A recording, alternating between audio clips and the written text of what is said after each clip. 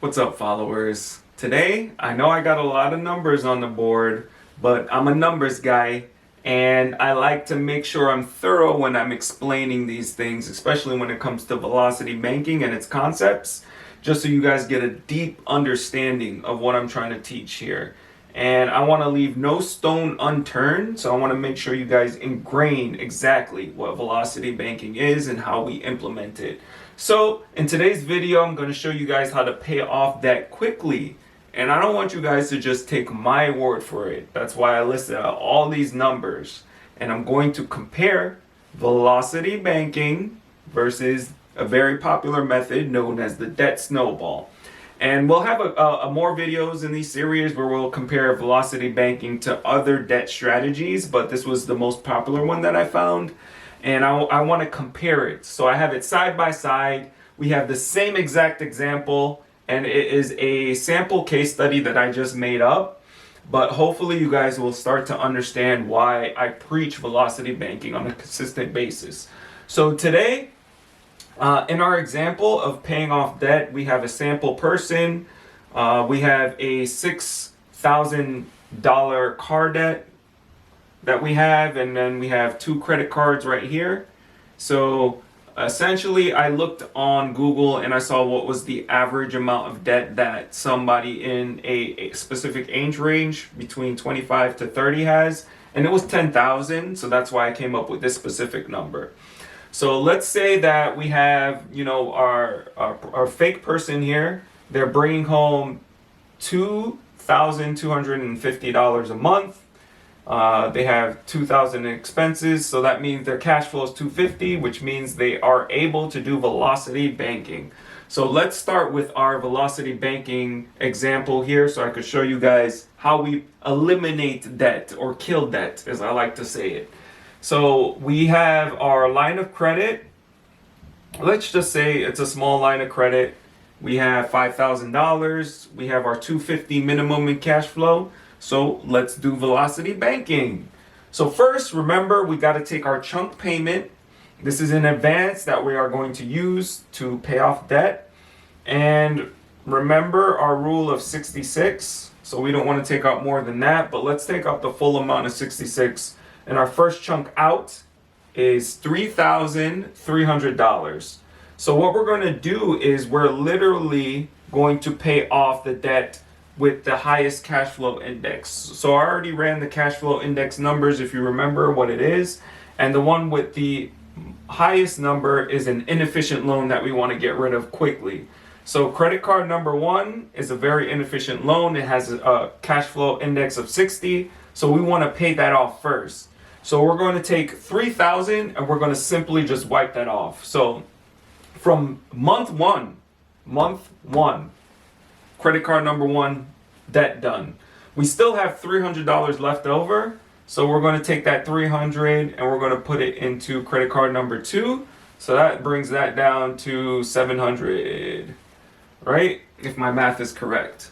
So then now we can start doing velocity banking. So what velocity banking says is we sit our paycheck in the line of credit so we can pay it off quickly. So we take our monthly income and we sit it in the line of credit, which reduces it down to $1,050, right? But then again, we have expenses for the month that we have to pay.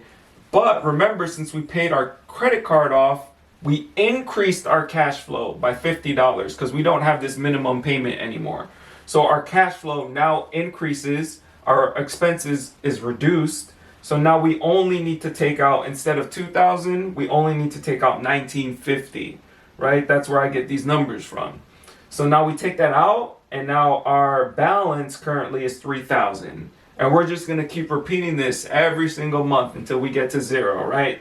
So now we put our paycheck in, right? Our paycheck to 2,250, it goes in, and that brings the balance down to 750, right? Then in March, we gotta pay our expenses, so we pull out what we need, 1,950, which gives us a balance of 2,700, and then at the end of the month, when we're collecting our paycheck, we put it back in the line of credit. So it's like a seesaw. We take money out for expenses, then we put our paycheck in at the end of the month. So we're paying minimal interest because remember, personal line of credits, simple interest that it's calculated at. So it's only charged on the amount that you have. So again, we're just pulling money out, putting money in. In April, we're down to $450. We pull out for our expenses, which gets us to $2,400, and then we put our paycheck in. As you can see, the balance is starting to slowly go down as we repeat the process, and then in May, we wipe it out. So we're basically down to zero balance. So in 5 months, well, let's just say 6 to be on the conservative side, we were able to pay off our line of credit. And during that time, remember, we're still making minimum payments on a credit card and we're making minimum payments on the car. But now that our line of credit is at 0, what can we do again? We can make another chunk at 66%. So, I mean, 3,300, let's see. So we had 4 months of payments on this. So 4 months is 200. That means this is down to 500. And then we had 4 months of payments on, or 5 months actually of payments on this. So that brings us down to somewhere around 48, right? So look at that. We take a chunk, we wipe this one out, and we still have about 2,000. Let's see, let's do the math, make sure we're doing it correctly. 2,800, right? So we put that into our car, which leaves us with a balance of 2,000, right? So again, once we pay down the debt in another 6 months, because we just did the math here, it's only going to take us 6 months to pay this to get to 0, right? I mean, literally, in 6 months, and in a year, we'll have enough to wipe this out. So in 1 year, we were able to wipe out $10,000 of debt, right? With velocity banking. And the numbers are here. Men lie, women lie, numbers don't. So you could take my word for it or take the numbers here. So we just literally wiped out $10,000 of debt on a low income with only $250 in cash flow, right? In 1 year. So let's see how Debt Snowball compares to this. So in Debt Snowball, there are a method, just like we have our method, we run our cash flow index, right? Their method, which is a very popular one, is first, we must save for an emergency, which may or may not even happen. So we need to save $1,000 for an emergency before we start paying off debt. So in January, February, March, April, remember we only have $250 in cash flow. So we need to save $1,000. So that's going to take us 4 months, right? Remember, month 1, we wiped out a credit card. We increased our cash flow. Month 1, Debt Snowball, I mean, we have $1,000, which makes us feel a little bit more comfortable. But again, remember, our emergency fund is our line of credit, which is $5,000. And we didn't have to wait 4 months to build it up. We have access to it immediately. So now, after 4 months, when we saved our emergency fund, now we can start paying off debt. But let's look. We still can only use our cash flow. So we can only put $250 towards it plus the minimum payment, which brings us down to $625, right? And then next month, we only use our cash flow. $275 minus this gets us down to $350. And again, so look at that. 1, 2, 3, 6 months gone, and we still haven't even paid off the smallest debt yet. So 6 months, this is still here. We still have credit card, still have car. After 1 year, we'll still have those. And after 1 year of velocity banking, all this will be wiped out.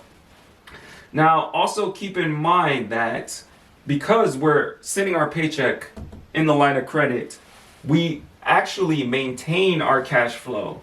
In this method, our cash flow is gone into debt, right? We can't reuse that dollar more than once. In this, we can reuse the dollar because our money is in our line of credit, which is a reusable form of credit.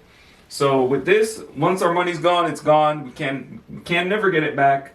it's out there. We're paying off our debt. So that's another downside of the debt snowball, is you can't reclaim cash flow and use the same dollar twice. So I'm going to leave it up to you guys, whichever method you prefer. Some people like the safety, security, and simplicity of the debt snowball. They don't like all these numbers. This seems complicated, but in my opinion, if you would tell me I could wipe out $10,000 in 1 year versus not even paying off one credit card in 8 months, not even, which one am I going to take? Seems like I'm going to go with this one. So I'll have more examples like this with real life case studies, just so the numbers can start to hit home, and you'll start to see why I prefer this method over this one. And we'll do some more videos in the future. So I hope you guys enjoyed this video. I know paying off debt is a very popular topic, and I hope this one really reaches out there because it can be beneficial to a lot of people. So hope you guys enjoyed this video, and I will talk to you soon.